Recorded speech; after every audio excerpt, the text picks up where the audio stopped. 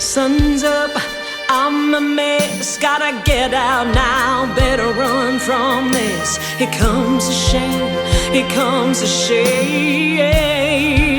Whoa, 1, 2, 3, 1, 2, 3, drink. 1, 2, 3, 1, 2, 3, drink.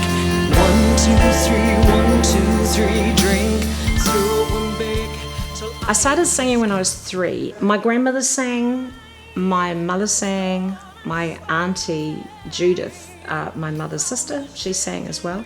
And so I didn't really need to have singing lessons because everybody sung at that point in my life. I was up and down from Auckland all the time because my grandmother and her sister were here. I came to live with them full time because my mum went to Los Angeles to make an album, and she went under the name Urania, which I think is a beautiful name. My mum was a jazz singer, a concert pianist. She also played cello, so, you know, not an overachiever at all.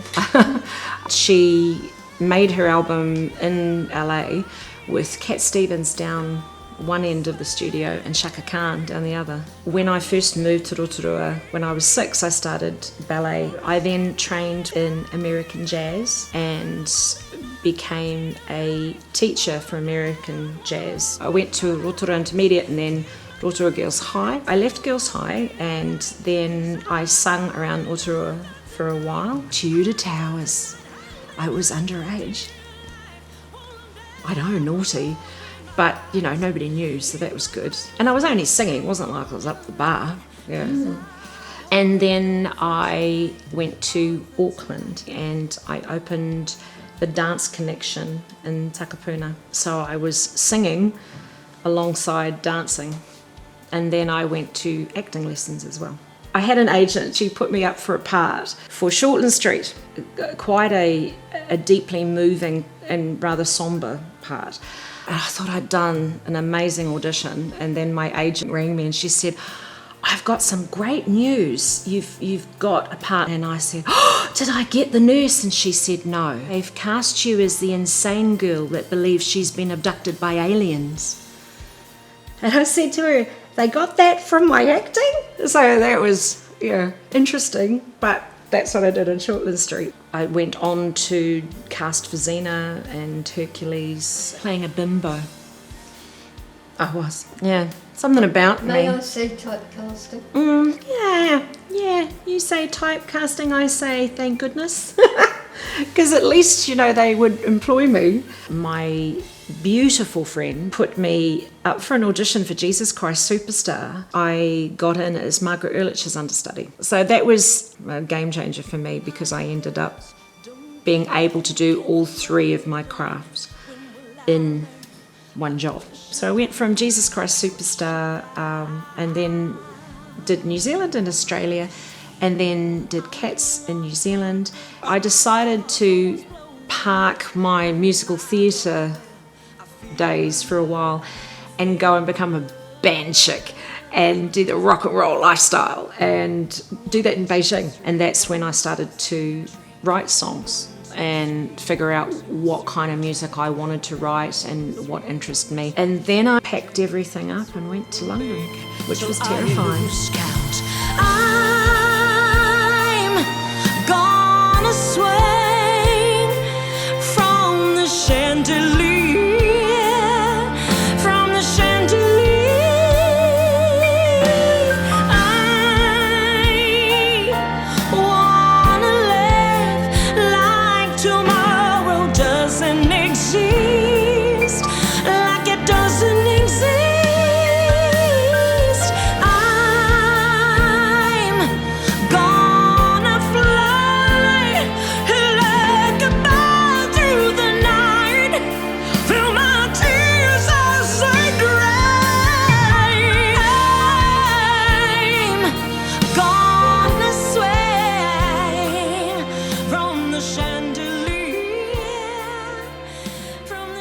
Then all the money I had left was £5, enough to get me to a karaoke competition which paid 50 quid. From there I won my 50 quid and went and bought some groceries with it. The wonderful musicians over there just started introducing me around, and I started working in little jobs, as in singing in pubs or clubs, and then got signed to Halo Records. I did an album. It must have sold to about 6 people, I'd say. Mainly my mum, really. So it was after doing that album and realising that it sort of flopped, that you have to be proactive and not just rely on the people that tell you, oh, I've got a record label, yay, you've got an album, yay. And you kind of think, especially being a little Kiwi, I went to London and went, wow, and then it went, pfft. I ended up auditioning for Strictly Confidential, which was a theatre show spin-off Strictly Come Dancing. And I got the job as a singer and playing keyboards. I was lucky enough to then be approached about working on the Freddie Mercury biopic. My agent said that I looked a little bit like Barbara Valentin, who was Freddie Mercury's last girlfriend. And I said to her, well, at least I'm not being cast as a bimbo. Turns out I was cast as a bimbo because she was a little bit like that. So I thought, we are this year releasing our Christmas single, which I've written with Craig Revel Horde and a fabulous West End performer, Nick Page. So I'm going back to London to promote the Christmas single. I've been very lucky in my life to have had the opportunities to dance and sing and do some acting with people I adore and idolise. It's been quite a journey.